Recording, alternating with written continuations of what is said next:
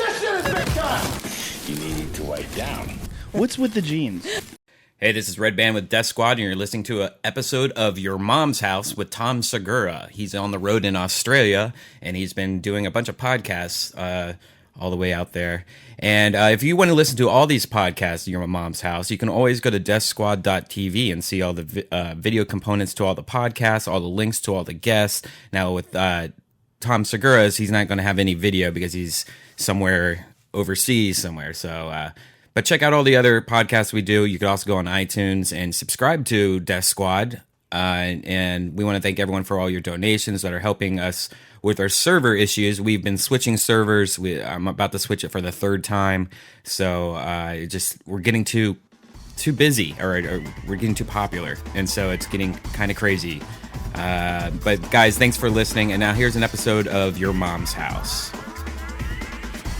And we're on. Welcome to another Momcast, Your Mom's House, down under Australian audition. There's only one mom here, Tom, because Christina didn't come to Australia. But I am joined by my fellow partner in crime for 2 weeks in Australia, the wonderfully talented, hilarious Hannibal Buress. How you doing, Hannibal? I'm doing all right, Tom. Thank you for joining me. Thanks. In Thanks for my having me on the Momcast. No problem, man. I'm glad that you like the Momcast. You're in our new high-tech studio. Yeah.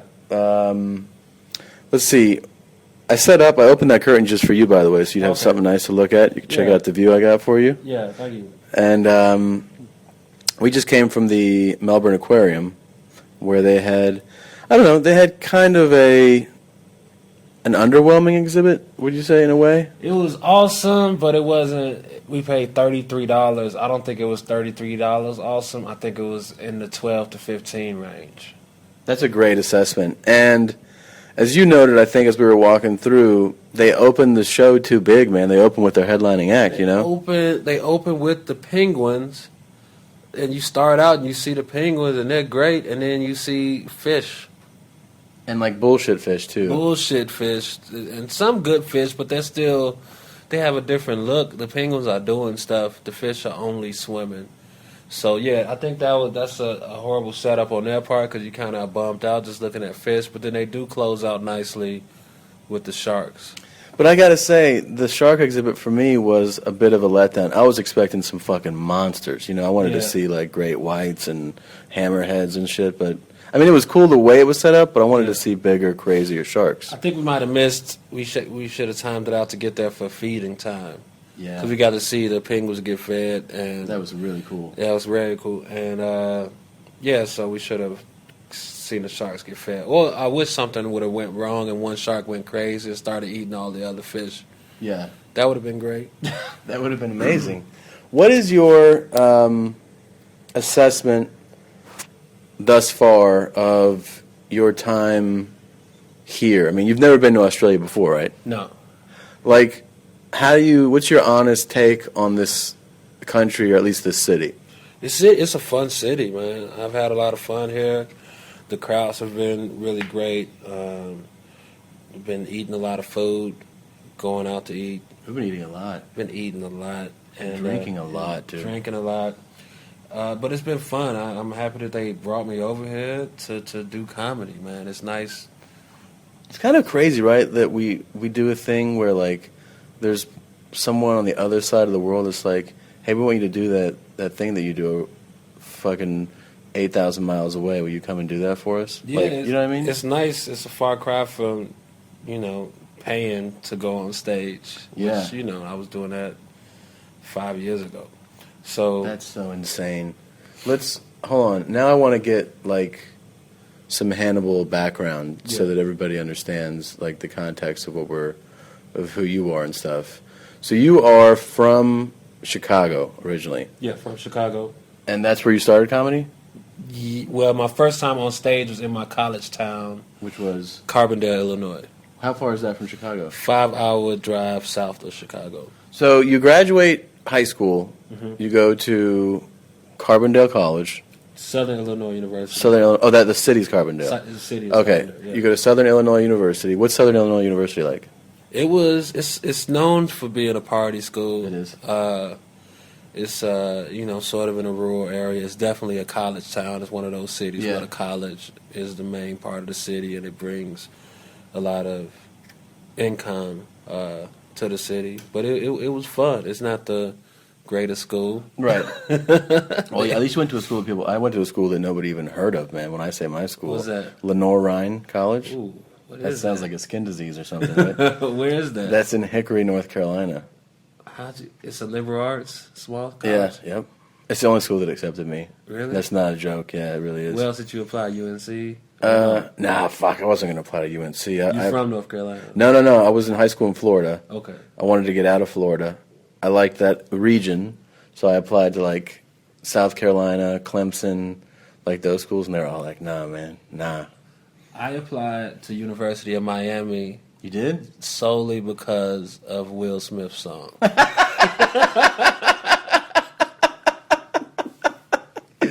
I was dead serious. You're being serious right now? I'm being very serious right now. I was 16. I was like, that sounds dope. I want to go to school there. You're like, welcome to Miami. Bienvenidos a Miami. Yes. So you're like, that's where I want to go. That's That was fucking one of amazing. that was one of the places. I applied there. I applied to Howard University. Did you get into Howard? I got into Howard, and I was going to transfer to Clark Atlanta University, Okay. but I didn't end up. I was accepted for the transfer, but I didn't end up going. Hold on. Okay. I want to make sure I'm doing this right. Yeah. All right. I got to talk into this. So wait, you applied to Howard. You got into Howard. Mm-hmm. You were going to transfer to Howard or no? No, I applied there out of high school. And what made you not go? I think it was the loans. Like it would have cost way more than going to a state school. Yeah. It's far too. I mean, from if you wanted to be near home, I don't know if that made a difference. That wasn't really an issue. It was the SIU thing was partially a convenience thing because I went to a program called Future Scholars where you can kind of go to a college campus after your junior or senior year and take classes and kind of get the college experience. And I did that both years, and so I had credits going in to SIU. Were you a good student in high school? No, I was awful. You were? I tested really well, but I was an But, awful like, student. I could have been a GPA good was student. not high. GPA was the worst, but I had a good ACT score. The only kid I had the second lowest GPA in my graduating high school class. Yeah. And the only kid with a lower GPA, his real name was Norbert. Oh man. So if you're only smarter than Norbert. Yeah, but it's not GPA is in a sense a thing of smartness. No, it's like It's about responsibility. and the time you put in, and which mine was it's zero. time. It's time management and Yeah. effort. My effort was- a dumb person can get a really good GPA That's true. if they put the effort in. They go to all the classes and work on it. So, I mean, it looks better to have a good GPA, but whatever. Okay, so you go to what are you studying at Southern Illinois? Initially, business administration, but I wasn't taking those classes yet. They had this class, finite math, which was really hard. Oh no, math sucked. And, Were you a good math student? I was a good regular math student, but finite math seemed like fake, useless math. Yeah. Like I could do math in my head really well, but that math, I didn't see a use for it, and so that class was really hard. So I changed majors. To what? Education for a couple weeks, but then Couple weeks. I thought I wanted to be a teacher. I was 17, 18. Yeah. Education, and then maybe undecided, and then radio, TV production. That's what I graduated with. Yeah. Yeah. I feel like that's a lot of comics that go into communications. Yeah, that was good. I didn't end up graduating. I just left school When did you leave school? 4 years after school, but I didn't have enough credits. How far away were you? Maybe another year. I think about a year. So, at what point in college did you, what year did you first get on stage? 02, so that would be my going towards the end of my sophomore year. Oh, and then you're towards the end of your sophomore year. Yeah. What are you like, 19, 20? 19. And where's the gig, or what's the open mic? The Big Muddy Room in the basement of the Student Center.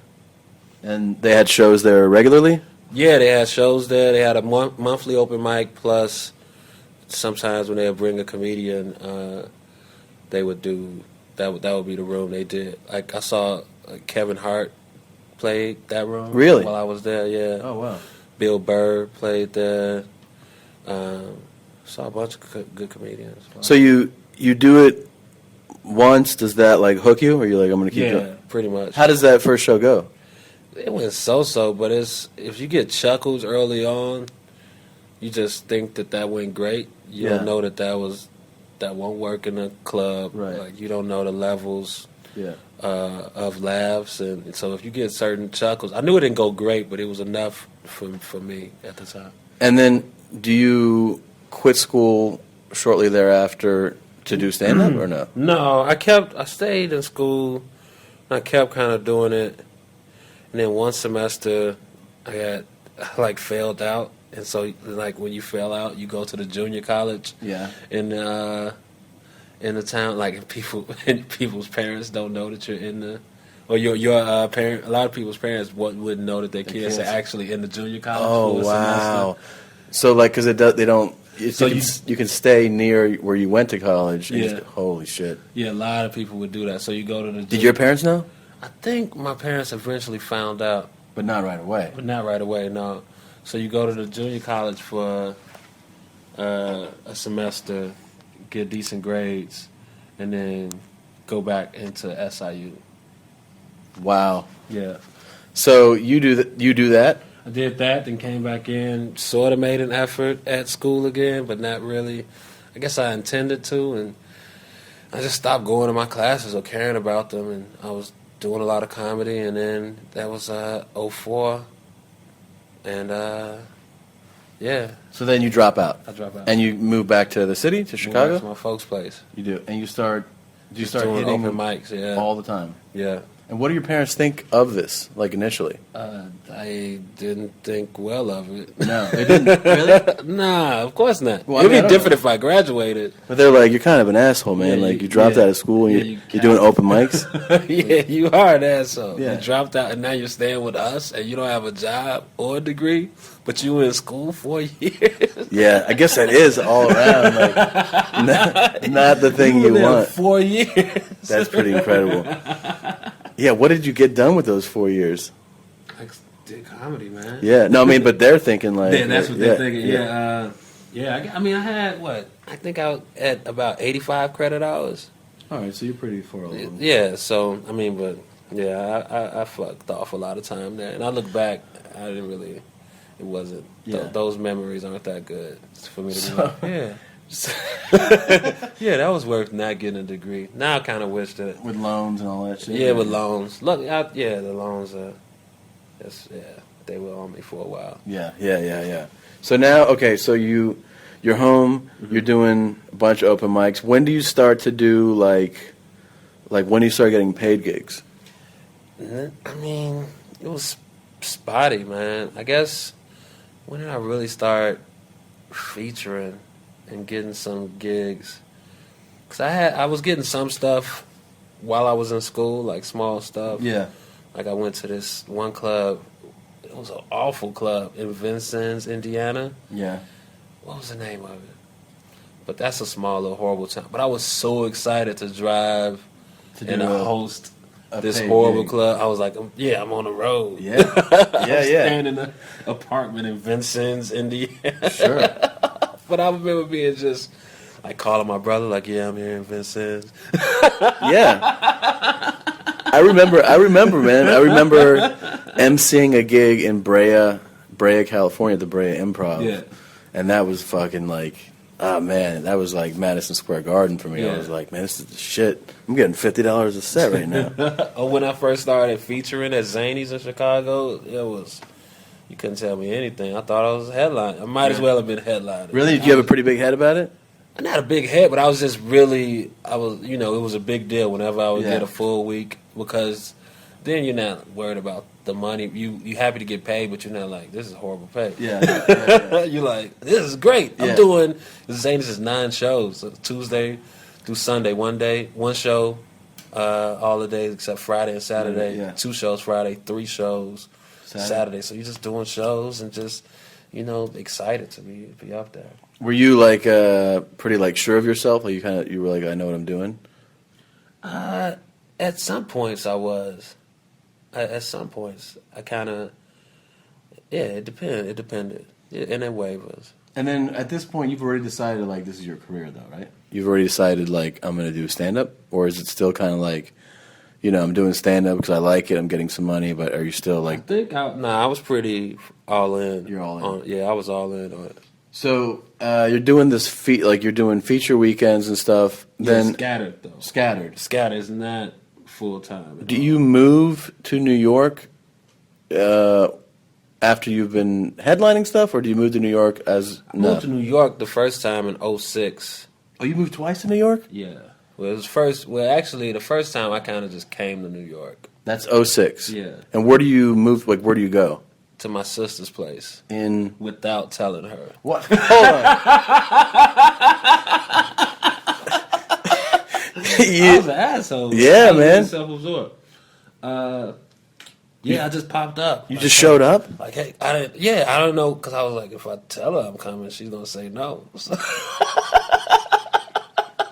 You saw the way around the problem. So I just popped up in New York just because I was that single-minded I was like, I got to go to New York and do stand-up. My sister live in New York, so I live in New York.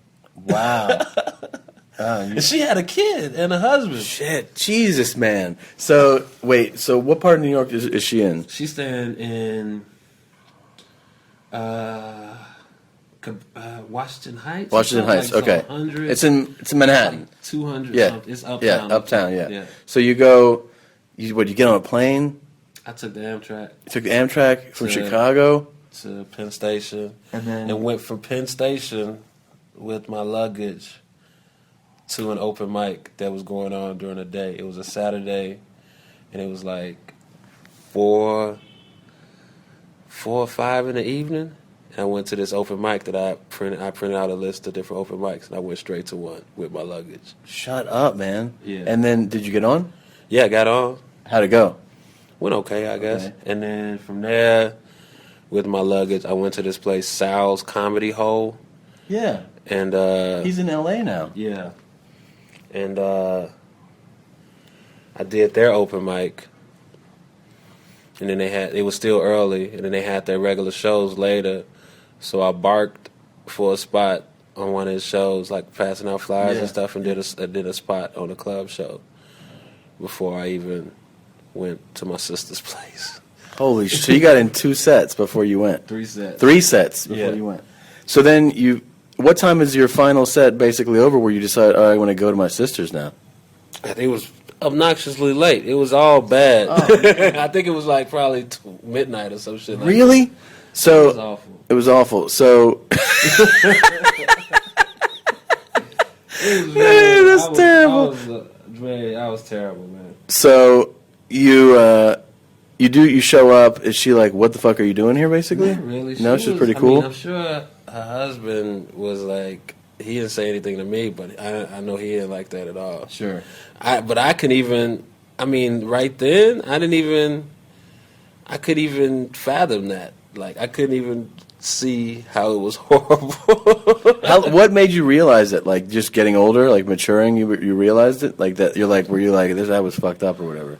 I mean, I think I realized a little bit after, like, they kicked me out after a couple weeks. Oh, they really? were leaving town. And they're like, you gotta go. Yeah, and she was like, you gotta go. Yeah, they didn't let me stay at the place while they were gone. And were you, like, upset about it, though? I was bummed about it. Really? I was really pissed, yeah. But they were right. Yeah. But I mean, how long did it take you to realize that they were right or whatever? I think it might have been a couple years, and maybe even me having my own space and stuff. Or I can't pinpoint the exact moment. No, I just think it's interesting. Like in life, I'm saying that we all have had moments where, like, at the time you're like, you don't see it, or you're like, what the fuck, and then later on you're like, oh, I fucked up. Like, you're like, oh, I was an asshole actually. Yeah. you know. But like a lot of times you don't realize it in the No, moment. you don't realize it. I couldn't. I was like, she's my sister. She's supposed to put me up. Yeah. I'm supposed to be able to just pop up. I'm a little brother. Yeah. I could just pop up in the town, right? Right. Right? No, not right. No. It's awful, dude. So wait, so those 2 weeks go by, and do you go back to Chicago? No. You just find a place to I was crash. staying in hostels. Fuck, man, really? Yeah. I stayed in a bunch of different hostels. I crashed on the train a bunch. Like I was legit homeless. Seriously? Didn't want to go back. I couldn't go back home right away, just out of pure pride. Yeah. And not wanting to fucking crawl back Yeah. because I made a big deal about going to New York. Yeah. So I was like, I gotta stick it out here. And it was, stuff started. How much of luggage did you have? I'm sorry, going back to luggage, but It Like, wasn't I'm that. It was a picturing you- backpack and maybe a duffel of stuff. so at least you could. It's But I comfortable. would have my stuff stashed in different places, and then You I really would were like crash a at people. like a street dude, like just crash, like putting stuff places and Yeah, I would leave my bag plate and then keep what I needed with me, like keep my backpack with me full of the stuff that I needed. So how long overall does this first New York run last? 4 months. 4 months. Yeah, Wow, man. And only 2 weeks of that was at your sister's only place? 2 weeks at my sister's. Jesus Christ, man. Yeah, Hostels and just fucking hostels, crashing. on the train you On the crashed. train a bunch. I remember one time it was this girl in New York. There was a friend of a friend. Like we had all met. We went back to her place. There was a few of us after a show or something. We hanging, and her place was so disgusting. It was like the nastiest place I ever been in, and it was horrible. And she offered for me to crash there, and I was like, nah, I went and slept on the train. What? That's how nasty her place was. What was it? Was there fucking shit on the ground? It's just disgust. Imagine how much would you be like, nah, I'll go sleep On a around tr- strangers on on a- public transportation instead of staying your place. That's how nasty her Foul place as was. shit. That's the nastiest. Like that's like a fucking sewage dump. She must I have was lived in in. that shit like, you know what? Let me just go out. I always had a thing. You know, people are weird about like where they crash and stuff. I had a thing in high school where if there was like, I would be at a friend's house party. Right, house parties were always big in high school where I Yeah. was, and like they would be like, we would drink a lot. You know, we're under 16 years old, Yeah. fucking hammered, and then they'd be like, hey, you can crash here, and I would always be like, no, Yeah. I want to go home. I want to sleep in my bed. Yeah. And I would drive drunk as fuck back to my place because I had like a mental fix about not crashing Yeah. somewhere else, you know? Right. But what you're talking about is obviously a heinous fucking home that this person has. It was awful. Did it smell? Because smells really fuck shit I up. don't know if it smelled that bad. It was. I just remember it being awful, just disgusting. I don't know where I would have. It's just. It was really bad. It was. I'm so blown away by your like dedication to this right now. My dedication To going after this stuff. to say my observations on the mundane. Yeah. I mean, it's crazy, man. It's crazy. I really listen, gotta I- stay in New York and do these jokes about Nelly. I have to stay here. It's incredible, Talk man. about rappers. They have to hear me dissect rap lyrics. I can't go back home. Did you do a lot of rap lyrics? I still. I mean, I know I heard your rap stuff, but I mean, I've always done. you done a lot of like, rap? stuff. I've always. The video. I'm not going to give away your bits, obviously, Yeah. but your video bit is fantastic, man. Thanks, man. It's really, really great. Hold on, I'm totally. We're doing fucking like 60 minutes right now, like 20. Not literally, Yeah. but I'm doing the full interview. I realize. So the 4 months passed. You go back to Chicago, and But I got while I was in New York, I started getting on shows and getting a little bit of buzz, and I booked New Faces while I was in New York. oh, that's huge, man. Yeah. That's huge. Yeah, So that means that all your fucking struggles at least had a huge redeeming Yeah. thing for you. yeah, it did. And when you booked New Faces, that must have you were through the roof. You had to be. I was really psyched. I think I found out about it while I was back in Chicago. Yeah, I did find out about it while I was back in Chicago, but So yeah, you- it was really exciting. Yeah, man. Come on. So how far into stand up are you at this point? I was doing it 4 years. That's relatively early to get New Faces. Yeah, and that was the first time I auditioned for it, and they say people don't get it. They definitely don't. No, First time. no. So That's that was really, like, I had a bunch of good showcases. And it was really weird one time where my last one, I did two callbacks, one initial audition and 2 callbacks, and I was at the comic strip, and the set went really well, and there was all these managers like, "Hey, you really good," like, you know. Yeah. And then, like, after all that industry bullshit, like going to sleep on the train. wow, man. But see, Yeah. that's incredible, man. This is like folklore, right? Like this is gonna be like, man, you know, Hannibal, the dude would sleep on the train before. Like that seriously is gonna be the shit that people say. So you But okay. it was, I don't glorify it at all because I could have went home at any point. My parents are doing all right. Like, it was unnecessary. It was unnecessary. Homelessness. Right. Like, I could have tried to make up with my, like, I was holding a grudge at that time against her. I could have tried to make up with her and crash at her place. It was all youthful, silly pride. Yeah, so yeah. You make up with her since? Yeah, we're cool. We're cool. So you get your New Faces, or you're back in Chicago. Yeah. You do New Faces. New Faces goes well for you. I got management out of it. Still with them? Not with that manager, but I'm with that company now. Okay. Yeah, What company? 3 Arts. Oh. And so my manager was at 3 Arts, left, and then he wasn't really helping me get stuff at all. So I was like, all right, I don't think I need a manager. We're all with 3 Arts. Yeah, I know, but he left 3 Arts. No, I'm saying it's weird. Oh yeah, Tom, you and Mosh. Yeah, you and Mosh also 3 Arts. Yeah. Yeah. But now, yeah, they're good now. Okay, so you go your manager. You get your manager, or whatever. And then how long do you stay in Chicago before you try to go back to New York again?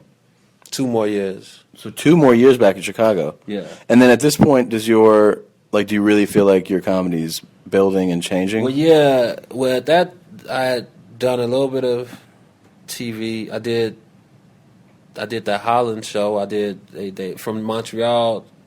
I booked the TV show in Holland called The Comedy Factory, where they flew me out there and did that in 2006. And I did Ferguson in 2007. So I was starting to get some work. I wasn't, booked out, but I was getting some feature work.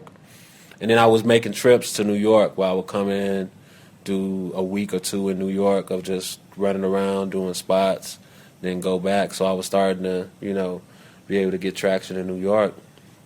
And yeah, then I decided to make the move again. So you make the move again. Now, the one thing, like, at what point, like, one of the things I think about comics that, like, is, kind of like your calling card for a comic is that, like, a comic who's really developed has, like, a distinct, like, style. Like, you can go, like, you can listen to, like, any number of comics. You could say Chris Rock, or you can say, whatever. You could have said Mitch Hedberg, or you can say, I don't know, Ellen or anybody. Like, there's just like a style, and I feel like you have your own style. Like, your delivery is very much unique. It's your own, right? It stands out as your own.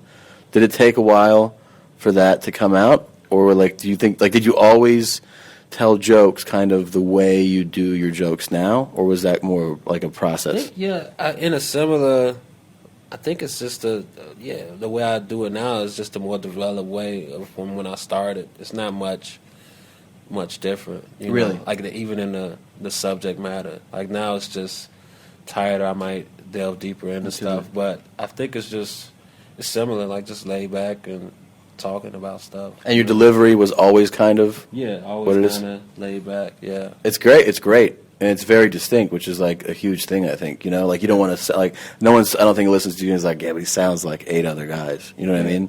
Like that's the one thing that no one can take away from a comic is when they have like a really unique way of delivering their material. Yeah. So you go back to New York, and then. This is like what, 07? This is 08. 08. And how long are you in New York before you book Fallon? I guess October, like 10 months. So you're doing a bunch of shows. I'm doing a bunch of shows. Are you working? I'm on the road. Are you working a part-time job too, or No, no? not working anymore. Just doing stand up. Like not like making a decent living where I could pay rent, and I'm working a decent amount doing colleges, headlining some spots, and yeah. Okay, so then you do Fallon, and that goes great for you. Yeah. You feel good about it that night, right? You're like, oh, it's great Yeah. TV spot. And then what happens? Then a couple weeks later, I get a meeting with SNL, and they hire me to write on SNL. That's got to be when you think back to like going to New York and sleeping on the train sometimes, right? Like Yeah. I know not like you had a choice, you could have gone, but still, Yeah. you were crashing on the train, and then you get hired by Saturday Night Live. Yeah. I mean, that's the opposite end of the spectrum, right? Yeah, I think about the sides of New York that I've lived on and stuff. And so, it's definitely opposite. Are you like over the moon about this shit? Like you must be fucking psyched. Oh yeah, I was really psyched, man. I was like, holy shit, this is great, and it's gonna be really fun. And I got a writing job on the show. And not just any show, Yeah. like an iconic show. Yeah, a weekly paycheck. What's funny is that I was about to take, like I had the SNL meeting. It was coming up, but I had an offer to write for this MTV pilot. Like it was something not that great, and I was like ready to take that.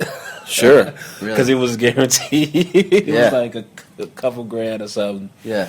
And I'm like, let's just take this, man. And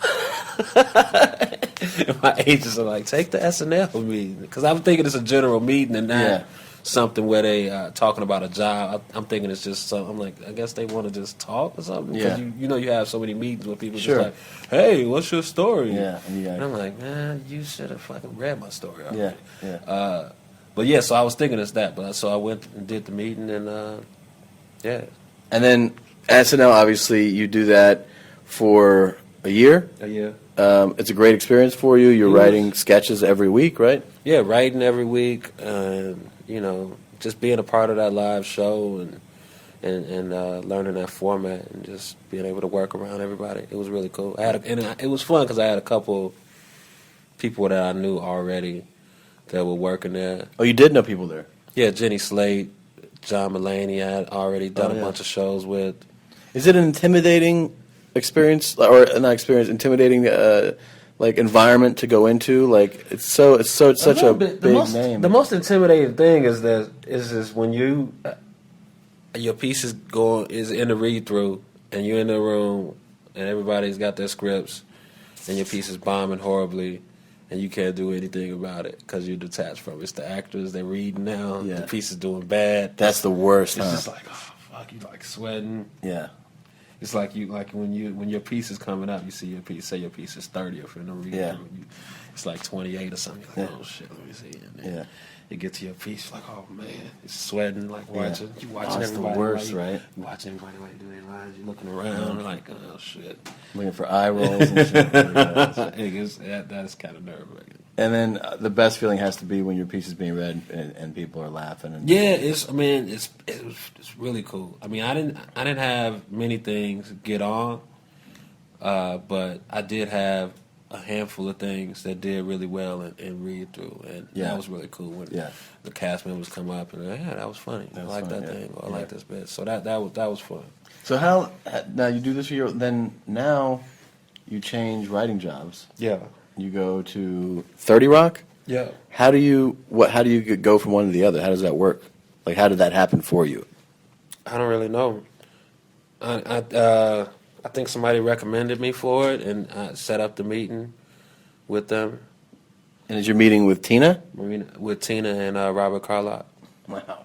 That's and does that pitch to you like as a general as well, or it's like No, that was that's definitely a meeting legit- about that. I knew that was about the job, like right out straight away. And interview goes well, Goes well, yeah. and then how long till you offered the job? It was a couple weeks or so. And how is the experience writing on that for you different than SNL? I mean, it's a totally different show, obviously. For a lot of reasons, it was different. One is that they were already working. I think they've been working a month or so, maybe more, before I got there. 2, I was the only new person. At SNL, there were it was like 5 or 6 new writers, so you had like kind of a shared experience with people where you're the new person. But the format is different, but it's also more collaborative, and it's not that lone wolf or pack of wolves type of thing where you're working on something with something and you have to get that on. It's more everybody working on a script and in a room talking together. So, and you might say some idea and somebody else might get inspired by that idea and now they're getting the script. So it's more collaborative in that way. So yeah, very like they've. I've heard Tina and other people say this, but just the format themselves, where in the sketch you're trying to tell a story in 3 or 4 minutes, and it's just one character and a main character. You just got to heighten it over that short amount of time. Whereas in a sitcom, you got to tell a story over. It has to have an arc for that episode, and also for that season, and for within the whole show itself. It's actually way more difficult to put together that kind of thing in a way, right? I mean, in a way. Yeah, I mean, it's definitely a tougher thing to do. The story, like breaking story, and that was really tough. Like sitting in the room, trying to think of storylines, especially for a show that's already been on several seasons. So I'm pitching stuff like, oh, we already did that, or that's gotta suck.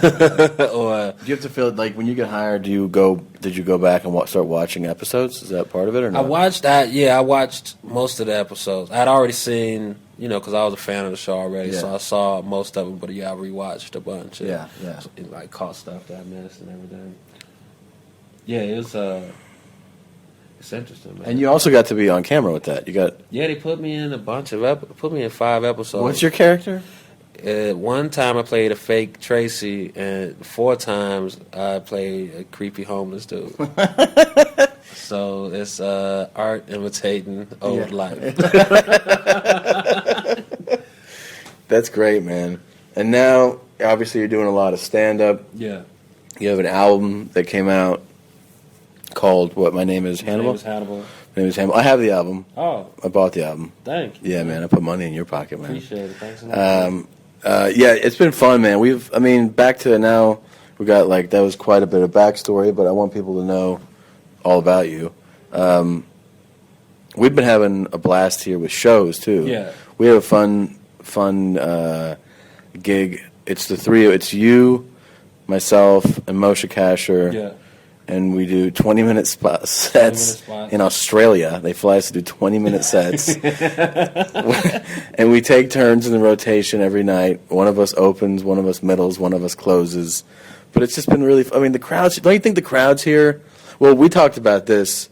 One of the things is the environment. Yeah. There's no fucking drinks being served. No drinks being served. That definitely, because people are focused all the time. No check drop. No check drop. And you don't hear petty conversation, clanging drinks, or really any heckling. Really. No. We've done a bunch of shows at this point. Nobody's yelled out anything unless you kind of ask them to. Yeah. It's kind of like the most desirable way to perform comedy, right? I mean... yeah, a captive audience? Yeah, I had to say so. I would say so. It's pretty amazing, man. I don't know. I kind of wish that there was a lot more of what we're seeing here back home. Yeah, but it won't be. Yeah, I know. But it is nice, man. That you don't realize, because you're so used to performing in that situation, you don't realize how much of a distraction just drink service could be. Because some people order their drinks loud as hell. So say not only the table where the drinks are being ordered from is distracted, somebody to the left of them that's not at that table, they hear a little bit, so they get out of the show. So it could definitely change the dynamics. So. And sometimes too, they're not trying to distract you. Yeah. But you could be in the middle of so then I went down to and you hear someone be like, yeah, we'll have another one. Yeah. One more of these. And you go, hey man, what the fuck? And they're like, no, I was just trying to order a drink. You're like, yeah, but you're fucking everything up, right? It takes you out of what you're doing. Yeah. It takes everybody out of what they're doing, It's a horrible setup. The interval thing is I think that's a great way to do it. Where they do intermissions after a couple. Yes, that's pretty cool too. They have the way they have they call it brackets, and so there's like a first, second, and third bracket at the clubs. And what they'll do is they'll have like 3 or 4 comics on. They'll each do like 10, 15-minute spots. Then there'll be a 15-minute intermission.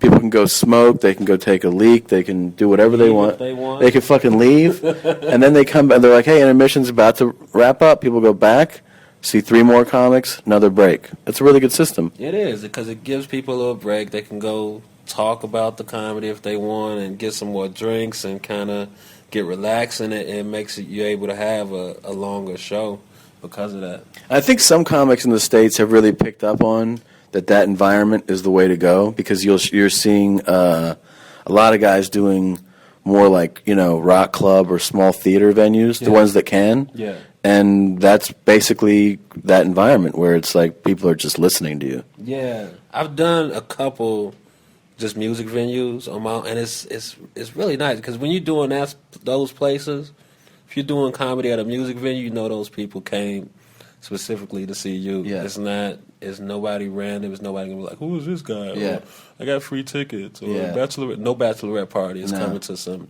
100-seat music venue. No. You know what I mean? So you're doing some of those now. I'm doing a couple of those. All right, we're gonna. I don't want to make this thing too long, but we have a few more shows here. Is there anything you're looking forward to do besides going home? Man. I guess I feel I should go shop for my mom and some people back home. Man, that's really thoughtful of you, man. Yeah, I should definitely do that. Do you have any idea what you're going to get her? She asked for Aboriginal art. Really? Yeah. Why don't you do some Aboriginal jokes tonight, and then And YouTube them. Yeah. This is art. This is about art right here. Aboriginal. There you go, Mom. Do you? We always do what we got coming up. He has an album. If you haven't heard Hannibal, after I gave you the inside the comic studio background on him, you're really fucking funny, man. Thank you, man. Really, really funny. One of the funniest guys I've seen. And your album is great, so you should pick up his album. It's on iTunes. Yeah. But more importantly, you have a tour that kicks off. I mean, I guess this is kind of part of it. Yeah, but you have a U.S. tour that's legit, like a lot of dates coming up. Where are like the first few? The first few is Tallahassee, Florida, and Boston. That's Tallahassee is April 15th, Boston April 22nd, and then Portland, and some L.A. dates, Irvine. And then I saw it, and then it goes everywhere. You're really doing a bunch. Yeah, doing a bunch, man. And it's like 3 months of touring. 3 months straight. And what's the name of the tour? My name is Hannibal Tour, a.k.a. the Hannibal Montanable Experience. That's phenomenal. And if you want to check out those dates, they're on your website, which is HannibalBurris.com. And that's Hannibal the way you would spell Hannibal, and Burris is Buress. Yes, or Hannibal.com. Oh, you have both? Yeah. Okay, is that a Tumblr or something? Yeah. All right, excellent. Let's see, I'm going, we do a few more shows here Thursday. Yeah, we got 4 more shows in Australia. I go home Monday, and I'm actually home for like a week or two, and then off to the Improv in Fort Lauderdale, Florida, at the Hard Rock Seminole Casino, and then I'll have a couple other dates posted in for May on my website. So this has been great, man. Thank you for sitting down and chatting. No problem. Thank you, Tom. And we'll do another Momcast real soon. All right. Bye-bye, mates. Fosters.